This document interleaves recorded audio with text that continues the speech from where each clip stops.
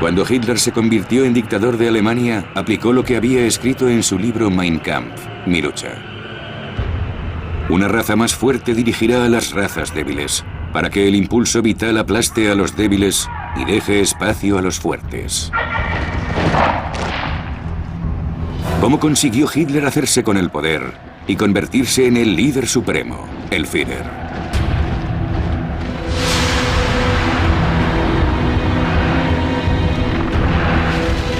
Apocalipsis, la ascensión de Hitler. El Führer. Nuremberg, 1929. El Congreso del Partido Nazi fue el verdadero comienzo de lo que el dramaturgo alemán Bertolt Brecht llamaría la irresistible ascensión de Adolf Hitler.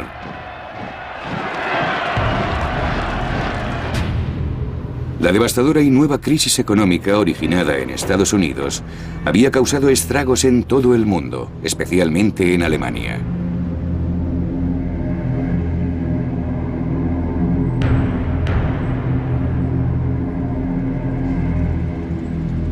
Una tras otra, las fábricas cerraron sus puertas y el número de parados alcanzó la sorprendente cifra de 6 millones.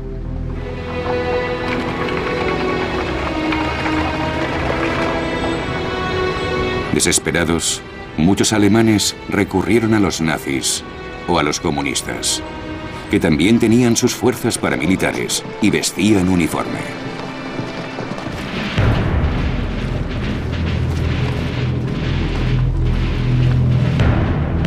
Los comunistas y los nazis chocarían violentamente en todas las elecciones que siguieron.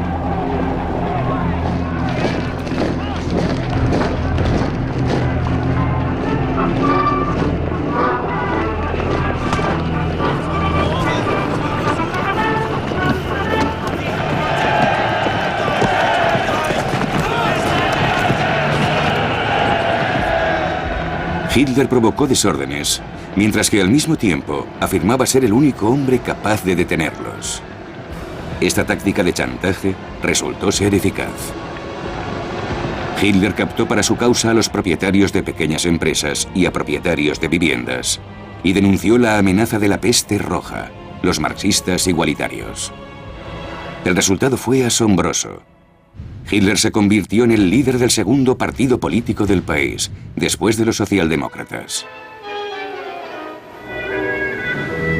Sin embargo, las clases altas, que despreciaban a Hitler, no estaban excesivamente preocupados. Stefan Zweig escribió: para ellos el poder siempre ha estado en los varones, los príncipes y en aquellos que tienen una educación universitaria. Nada ciega tanto a los intelectuales alemanes como el orgullo de su cultura.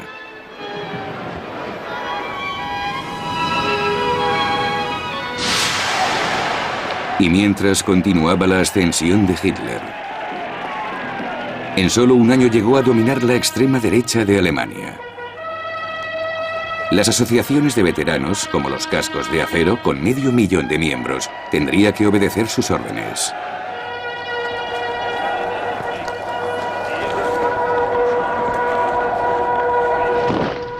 A pesar de su postura dominante, Hitler acababa de provocar un escándalo que podría haber acabado con él. Circulaban por la prensa rumores de un drama personal. Se había enamorado apasionadamente de su sobrina, Geli Robal, de 23 años. La amaba de forma irracional y posesiva. La joven se suicidó. Vivía con él en su apartamento de Múnich. Confió a una amiga: mi tío es un monstruo. Nadie puede imaginar las cosas que me exige. Quería abandonarle, pero ahora estaba muerta. Se lanzó una campaña de prensa contra él, acusándolo de perversión sexual e incluso de haber asesinado a Geli. Muy deprimido, Hitler amenazaba también con suicidarse. La gente que le rodeaba, preocupada, decidió actuar. Su fotógrafo, Heinrich Hoffmann, le presentó a una de sus secretarias. Se parecía a Geli. Se llamaba Eva Braun. Era una mujer de mundo. Encajaba a la perfección. Estaba fascinada por la popularidad del líder del partido nazi. Hitler la convirtió en su nueva amante en la sombra. Se declaraba soltero y casado con Alemania para ganarse la simpatía de las votantes. A su lado, Hitler recuperó su combatividad como animal político en un momento en que se acercaba el fin del mandato del presidente de Alemania, Hindenburg. Hitler era uno de los candidatos a sucederle en 1932. Casi 10 años después de su intento de golpe y encarcelamiento, Hitler estaba a punto de convertirse en el siguiente presidente de Alemania. Los alemanes fueron sometidos a una intensa campaña de carteles. El jefe de propaganda nazi, Joseph Goebbels, diseñó una ultramoderna campaña electoral utilizando aviones, una primicia en Europa. Le proporcionó el mayor avión comercial de la época el director de las aerolíneas Lufthansa, que no perdió la oportunidad de hacer publicidad gratuita.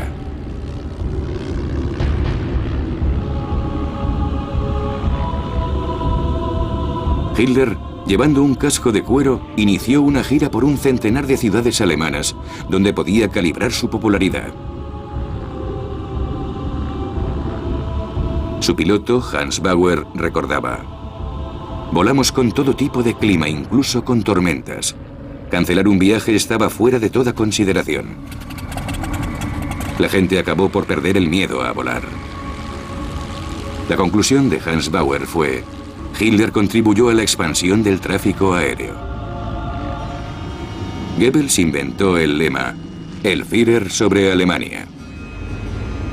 Forjó el mito de Hitler como salvador supremo durante esas elecciones aéreas, cuidadosamente filmadas y proyectadas luego por todo el país.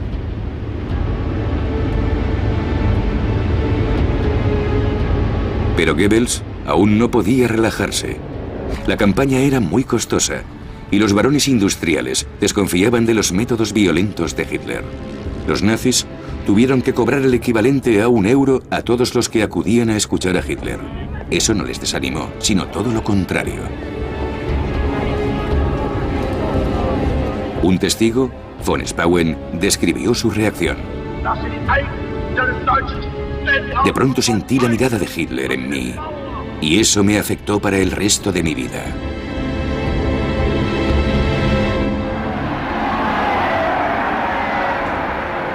Una semana antes de las elecciones presidenciales, Hitler reunió a 100.000 berlineses hartos de los partidos tradicionales, que parecían incapaces de hacer frente a la crisis.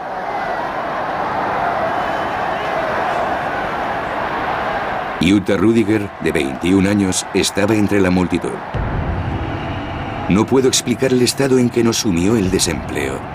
Realmente pensábamos que solo Hitler podía sacarnos de la miseria. Nadie habla de las decenas de miles de personas que se asfixian cada año por la desesperación. Con su discurso pseudosocialista, Hitler se convirtió en un importante candidato a la presidencia. La prensa pasó un día junto a él. La derecha consideraba a Hitler como el prototipo del aventurero político. Los insultos de la izquierda eran más personales. Decían que Hitler era homosexual, un embustero medio loco, un charlatán, un falso tipo duro con una falsa piel de rinoceronte.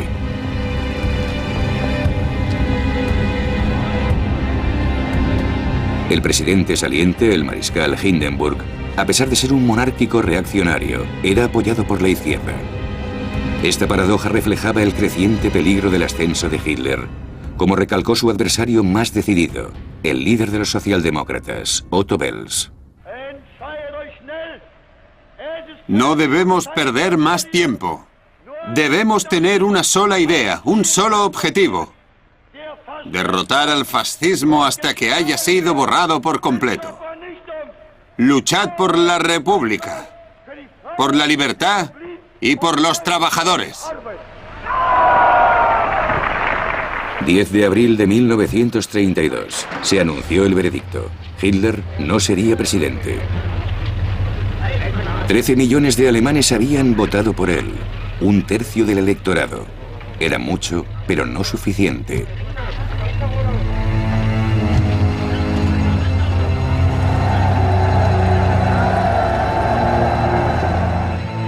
Hindenburg, reelegido gracias a los socialdemócratas, quería librarse de su dependencia de ellos. Y Hitler, continuando con su irresistible ascenso, empezó a hacer campaña nuevamente. Como daba 5 discursos al día, su entorno se estaba recuperando.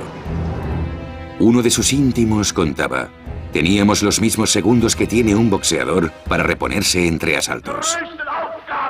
Pero Hitler se nutría de las multitudes. Se dejaba llevar por su propia virulencia. Nuestros oponentes piensan que somos, y yo en particular, personas intolerantes e insoportables. Nos critican por negarnos a cooperar con los otros partidos. Pues bien, esa gente tiene razón, somos intolerantes. Mi objetivo es suprimir todos los partidos. Para Hitler, el primer partido a eliminar de la campaña electoral de 1932 era el Partido Comunista. Se encomendó esa tarea a las tropas de asalto. Por entonces eran 400.000. Se autofinanciaban y se pagaban los uniformes y el equipo. Uno de ellos, Wolf Teubert, trabajaba en una tienda de manjares de Hamburgo. Estaba dispuesto a incorporarse a su unidad motorizada en cuanto lo llamaban. Decía: yo solo tenía un pensamiento, dar mi vida por Alemania. La humillación del Tratado de Versalles me convirtió en un apasionado defensor de Hitler.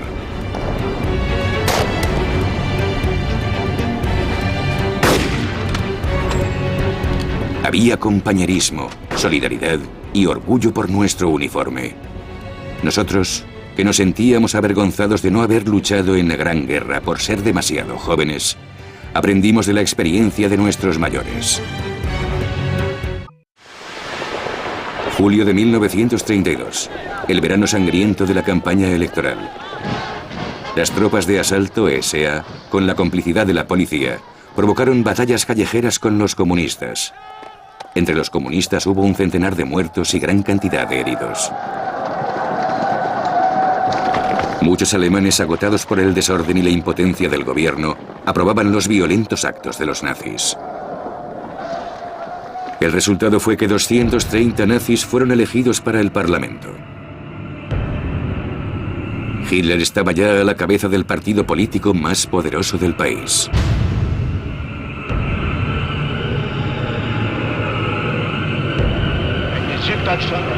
El poder estaba a su alcance por primera vez.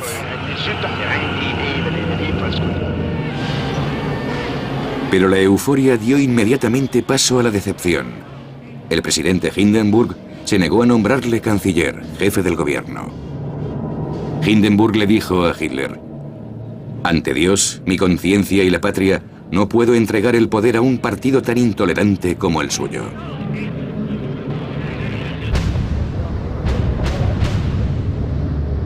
Sin embargo, Hindenburg le ofreció un puesto en el gobierno.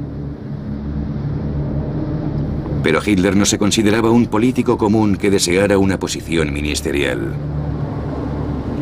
Él quería todo el poder para establecer un estado totalitario. En pocas semanas, Goebbels, el jefe del vasto grupo parlamentario nazi, logró paralizar el procedimiento democrático. No habría mayoría. Goebbels anunció entonces: es hora de disolver esta asamblea que ya no refleja la voluntad del pueblo.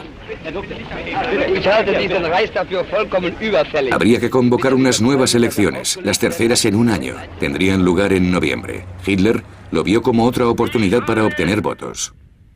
Tuve la energía y la tenacidad para convencer al millar de seguidores del principio en 14 millones de votantes. Y conseguiré que lleguen a 20 y luego a 30 millones.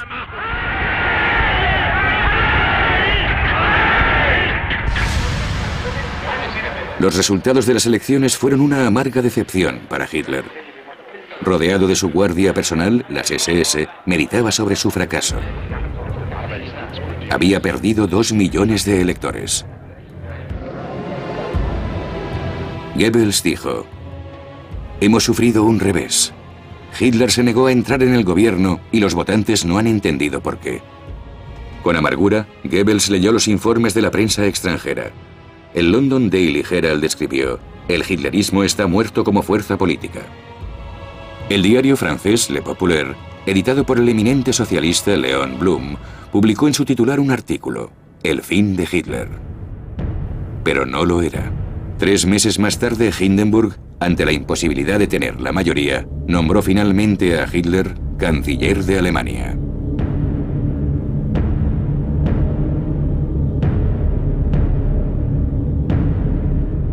Sebastian Haffner, que estudiaba en Berlín, escribió: acabo de oír la noticia. Estoy paralizado por el terror. Por un instante he olido físicamente la sangre y el barro.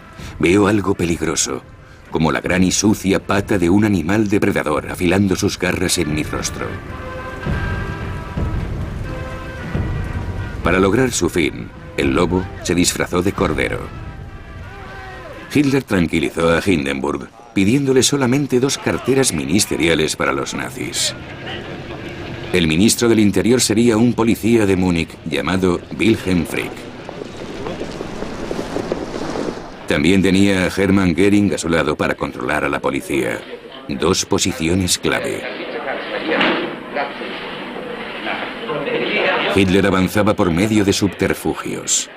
Su objetivo era demostrar que los cargos ministeriales más importantes habían sido para un conservador, Franz von Papen, ex canciller, y para el hombre fuerte de la extrema derecha, Alfred Jugenberg, ministro de Economía y Agricultura, un político agresivo, autoritario y de línea dura.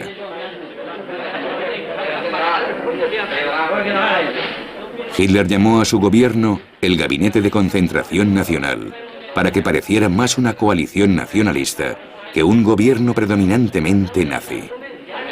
Este órgano reaccionario creía que podía controlar a Hitler.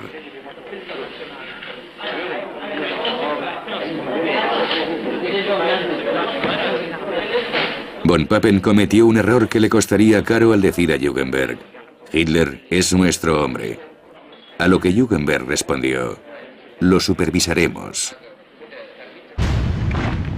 Esa misma noche, el 30 de enero de 1933, en Berlín y en todas las otras grandes ciudades alemanas, Goebbels organizó un desfile de antorchas del grupo de veteranos del casco de acero, las SS, y de manera destacada iban las tropas de asalto SA.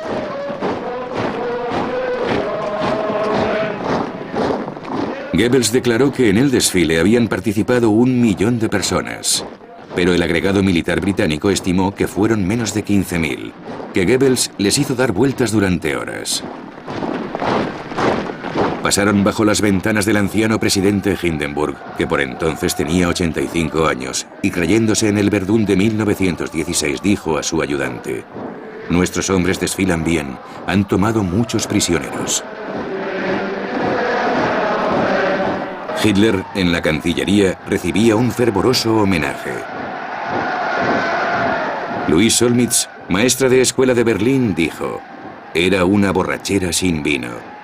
Y añadió: oí gente que gritaba: muerte a los judíos, los cuchillos derramarán sangre judía. Goebbels concluyó: es como un cuento de hadas. En el Palacio de los Deportes de Berlín, Hitler pronunció su primer discurso como canciller. ¿Cuál era el plan de Hitler? El poder absoluto, pero por etapas. Todavía quedaban 200 comunistas y socialdemócratas en el Reichstag. Por lo tanto, el primer movimiento de Hitler fue disolver el Parlamento y convocar nuevas elecciones. Su discurso, transmitido por radio, fue un llamamiento a todos los votantes, incluso a los de izquierdas. Estoy convencido de que está llegando el momento en que esos millones de personas que nos condenan se unirán a nuestras filas y nos aclamarán por lo que hemos creado y conseguido con tanto esfuerzo. El nuevo Reich alemán, el Reich de la grandeza, del honor y la fuerza.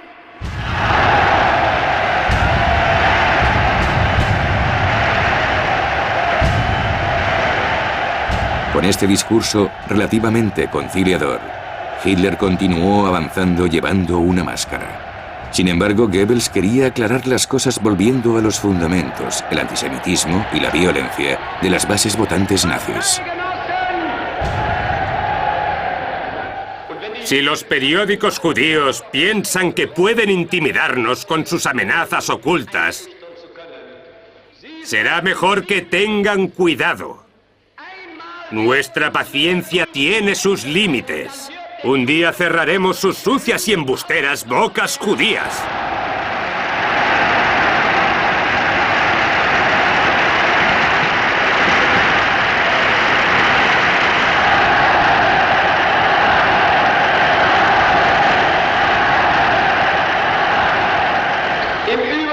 Miembros del partido y de las SA, no se preocupen. El fin del terror rojo está más cerca de lo que piensan. Comunistas, vamos a daros la peor paliza que hayáis recibido jamás.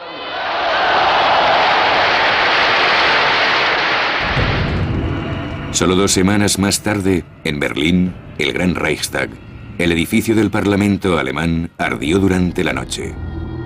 No quedó nada de ese poderoso símbolo de la democracia alemana.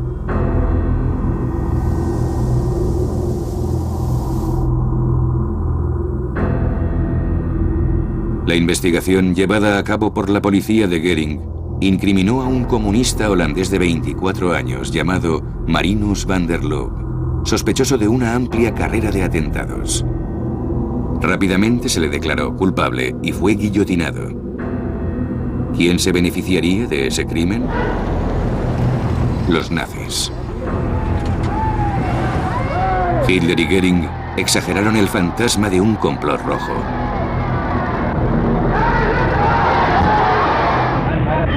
Göring había arrestado a 4.000 comunistas, incluyendo a los líderes. Pero el Partido Comunista no estaba prohibido todavía. Hitler deseaba mantener la apariencia de legalidad en las elecciones legislativas, mediante las cuales esperaba consolidar su poder.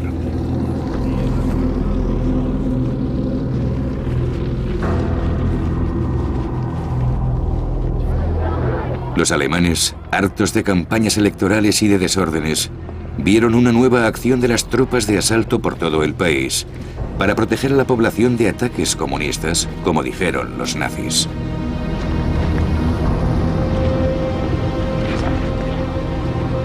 Las tropas de asalto ya armadas tenían la condición de agentes auxiliares de la policía. Por toda Alemania se aposentaron frente a las sedes de los partidos de izquierda y los sindicatos de trabajadores. Una vez más fomentarían la violencia, mientras Hitler seguía jugando con la baraja electoral para tranquilizar a un cada vez más agotado presidente Hindenburg.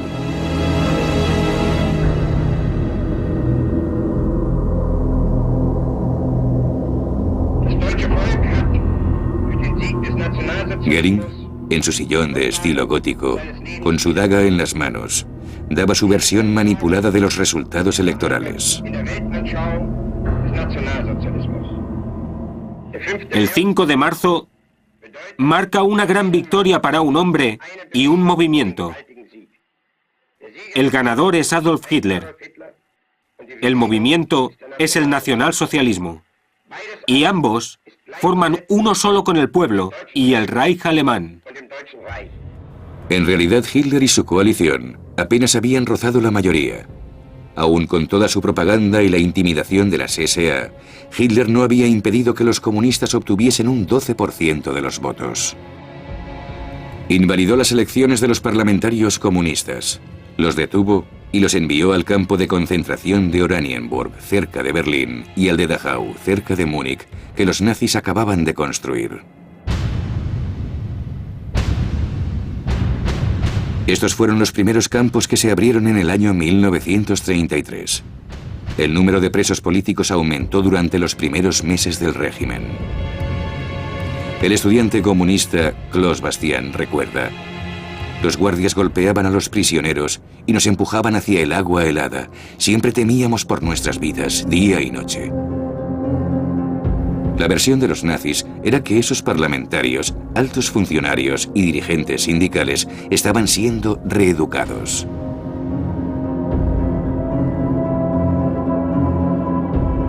La sombra funesta de la dictadura se extendía sobre Alemania. Como el Reichstag había ardido, Hitler había instalado el nuevo parlamento en el Real Teatro de la Ópera. Estaba rodeado por las SA y exigía poderes ilimitados. Los miembros comunistas se habían ido, la mayoría de ellos a los campos de concentración. Los 94 socialdemócratas que aún estaban presentes tuvieron el coraje de votar en contra de Hitler. Ellos también fueron arrestados y enviados a los campos o forzados a huir del país. 441 miembros, desde la extrema derecha al centro católico, oyeron hablar a Hitler, un discurso incoherente que pretendía reforzar las ilusiones del pueblo. Como siempre, prometió el paraíso, el fin del desempleo, ayuda a los campesinos, respeto por la ley y, sobre todo, paz. El conjunto de votos de su propio grupo le garantizó plenos poderes durante 4 años.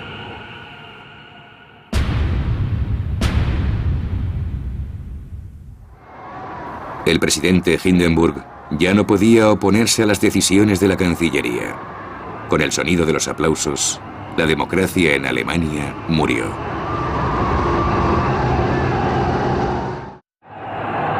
El hecho de que Hitler, cuyo poder se basaba en el antisemitismo, liderara uno de los países más avanzados del mundo industrializado, se percibió como una amenaza.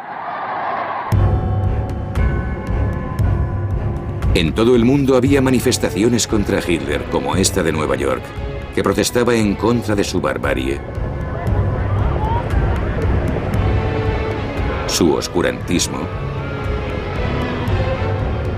y su antisemitismo. Todos pedían un boicot mundial para los productos alemanes. Para disuadirlos, Hitler ordenó un boicot de 1 día de duración para las tiendas propiedad de los judíos de Alemania, que se entendió como una advertencia. Los judíos de Alemania se horrorizaron al ver carteles de las SA que decían: ni un céntimo para el capitalismo judío, compren productos alemanes y los judíos son la causa de nuestra ruina. Fue el comienzo de la persecución. Edwin Landau, propietario de un gran almacén del este de Prusia, escribió antes de emigrar a Palestina con su familia: todo cambió por completo en el espacio de unas pocas horas. El país y el pueblo a quienes había querido y respetado hasta entonces se habían convertido de repente en mis enemigos. Yo ya no era alemán, o ya no tenía derecho a ser alemán. Me sentía avergonzado de haber pertenecido a esa nación. Me sentía avergonzado por haber depositado mi confianza en muchas personas que entonces se habían quitado las máscaras para revelarse como mis enemigos.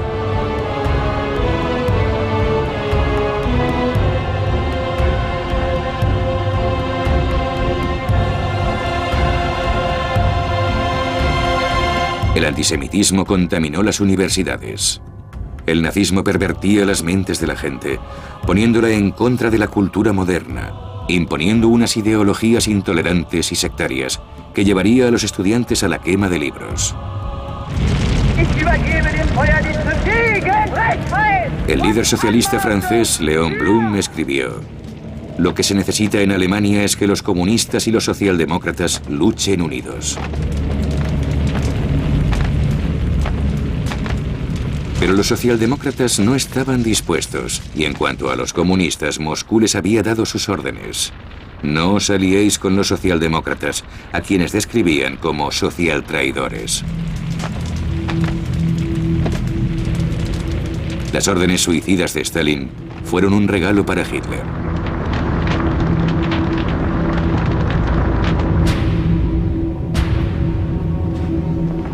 Hitler suprimió los sindicatos y también declaró ilegal al Partido Socialdemócrata.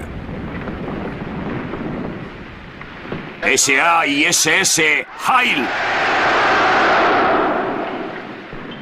Ante nosotros tenemos una era magnífica. Alemania ha despertado por fin.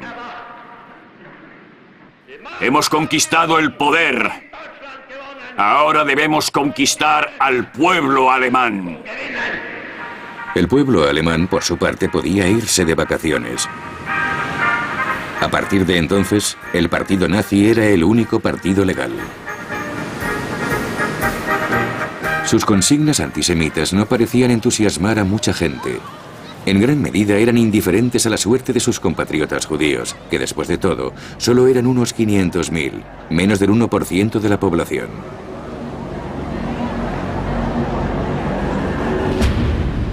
La mitad de los judíos alemanes lograron emigrar. Gerda Blackman recuerda: pudimos embarcar a condición de renunciar a todo lo que teníamos.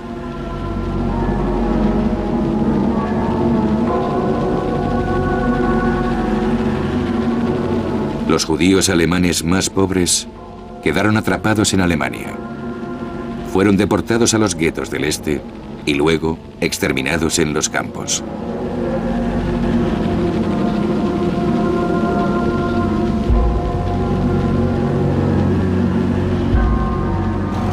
Los opositores al régimen huían si podían a cualquier lugar que fuera posible, especialmente a Francia, donde más tarde, ocupada por los alemanes durante la guerra, serían entregados a los nazis. Muchos de los que no pudieron salir a tiempo, o aquellos que optaron por quedarse y continuar luchando, serían capturados y martirizados en los campos de concentración.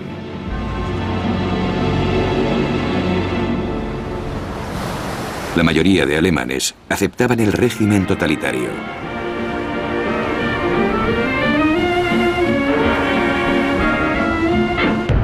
Algunos comenzaban el día izando la bandera de la esvástica, el emblema oficial de Alemania.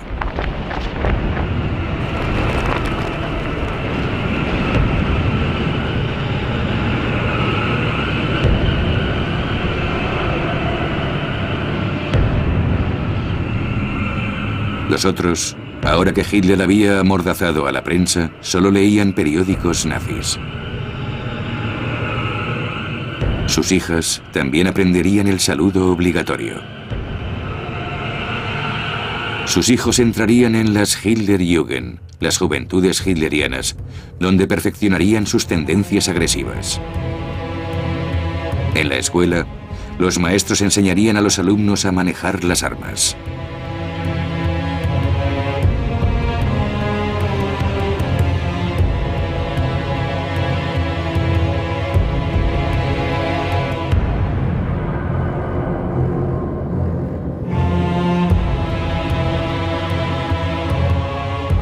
Los profesores tendrían que acatar las órdenes, porque los nazis daban ejemplos en clase de matemáticas tales como ¿cuánto cuesta un alumno?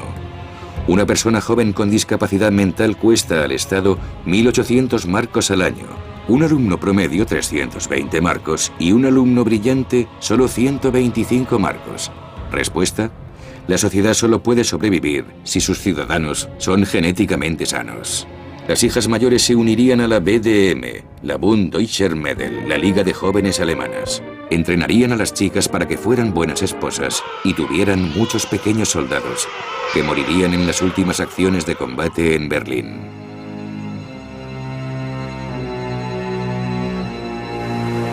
Sin embargo, los alemanes no eran conscientes de todo eso en el verano de 1933. Hitler no era aún el indiscutible líder supremo. Para lograrlo, debía continuar con su propaganda. Como en la película Victoria de Fe, que representaba el primer congreso desde la toma de poder del partido nazi, que ya era el único partido.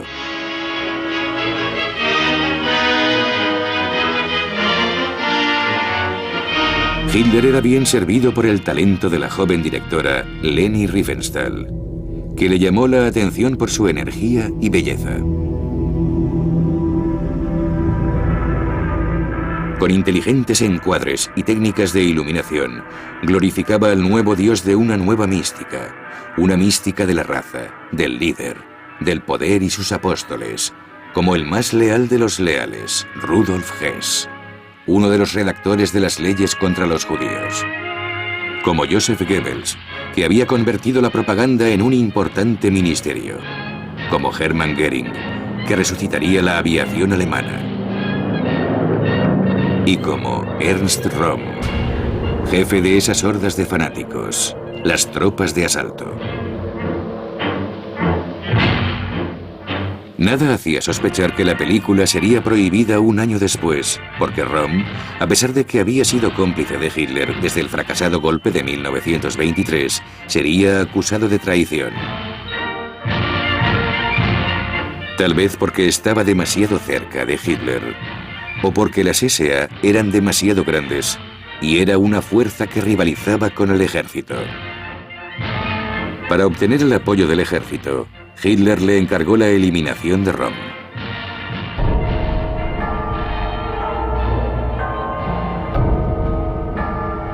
Todo comenzó el verano siguiente, cuando Hitler viajó a Italia para reunirse con Mussolini en Venecia.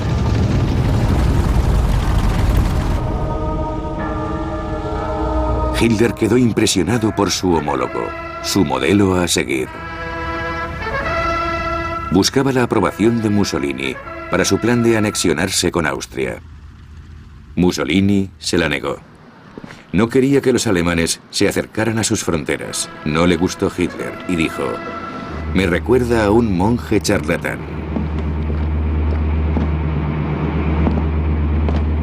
Le llevó a recorrer Venecia deliberadamente, empezando por mostrarle su flota de acorazados, ya que Hitler no tenía fuerza naval.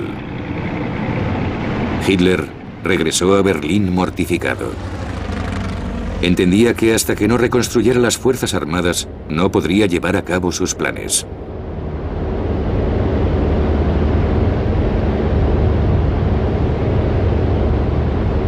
Hitler presenció las maniobras del Reichswehr, el ejército alemán, reducido por el Tratado de Versalles a 100.000 hombres, pocos en número pero muy bien entrenados.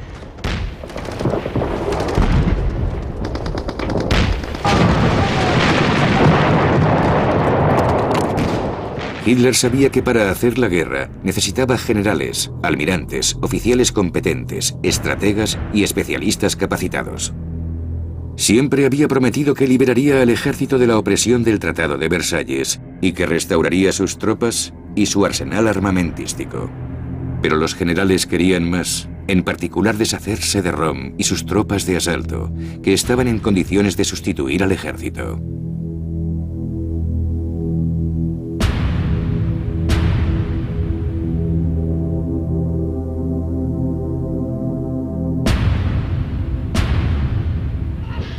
Röhm también era duramente criticado por tener delirios de grandeza. Robaba protagonismo a Hitler. Los industriales estaban preocupados por su declaración. La revolución nacionalsocialista no ha terminado. Goebbels dijo: «Es un bolchevique disfrazado». Habían sido socios de delitos durante 15 años, pero la decisión de Hitler era firme: eliminar a Röhm, bajo el pretexto de que había planeado un golpe de Estado.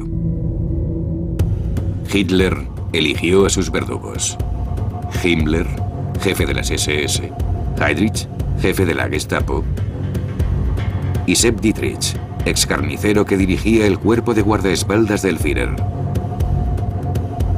Entre el 30 de junio y el 2 de julio de 1934, un período al que Hitler llamó la Noche de los Cuchillos Largos, las SS asesinaron a Röhm, a otros posibles opositores y a testigos molestos del pasado de Hitler.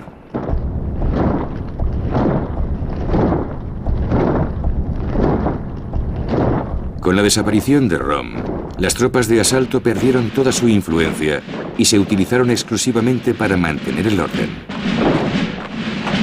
El ejército estaba satisfecho y también los varones de la industria, y Sepp Dietrich fue promovido a general de las SS. Cuando Leni Riefenstahl dirigió su siguiente película, El triunfo de la voluntad, en el Congreso del Partido Nazi de 1934, solo se veía en el negro uniforme de las SS desfilando detrás de Himmler. Hitler estaba solo en la cúspide de la pirámide. Un mes después de la noche de los cuchillos largos, el último presidente de la República, el mariscal Hindenburg, moría a los 87 años. La democracia estaba muerta y enterrada desde hacía mucho tiempo. El totalitarismo continuaba su implacable marcha. Hitler se convirtió en comandante de las Fuerzas Armadas. Su poder era absoluto. Todos los soldados debían hacer un juramento de lealtad. El Führer es nuestro líder y el líder del pueblo alemán es Adolf Hitler. Adolf Hitler!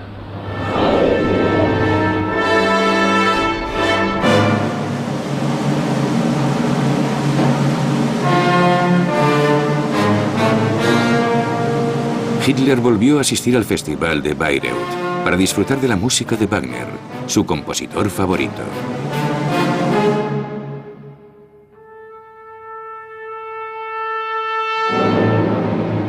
La nuera del compositor, Winifred Wagner, que le había apoyado en sus difíciles comienzos, le dio la bienvenida como señor de Alemania.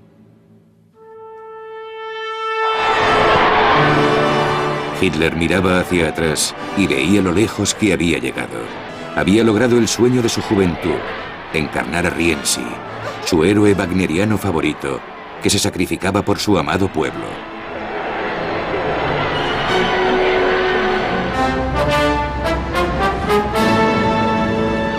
Hitler se apropiaría primero de los éxitos de la República Weimar, como las famosas autopistas, que se convertirían en muestra del régimen nazi.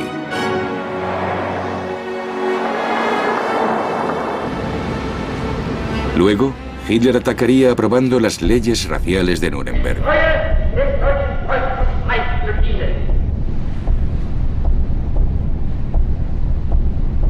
Quemaría las sinagogas hasta los cimientos durante el pogromo de Kristallnacht, preludio de la solución final.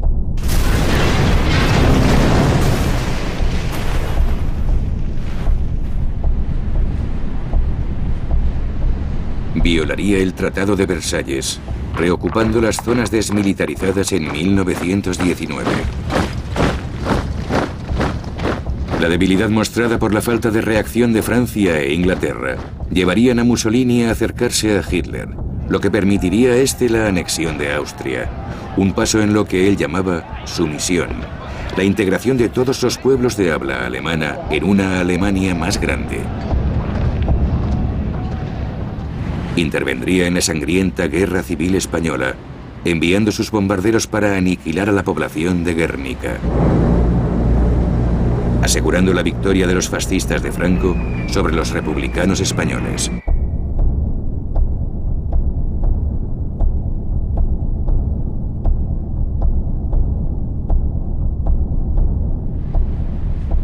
Soñaba con un gran ejército, como Napoleón, que lo condujera a Moscú.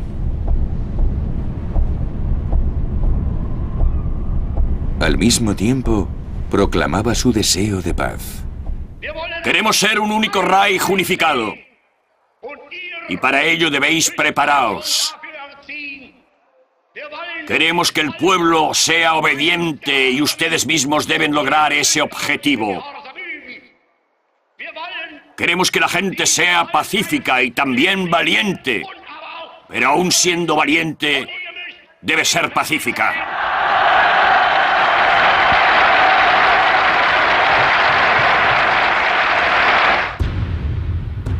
Cuando Alemania estuvo dispuesta, Hitler, obstinado y feroz, la arrastró, junto con el resto del mundo, a una larga noche, poblada por los fantasmas de más de 50 millones de muertos.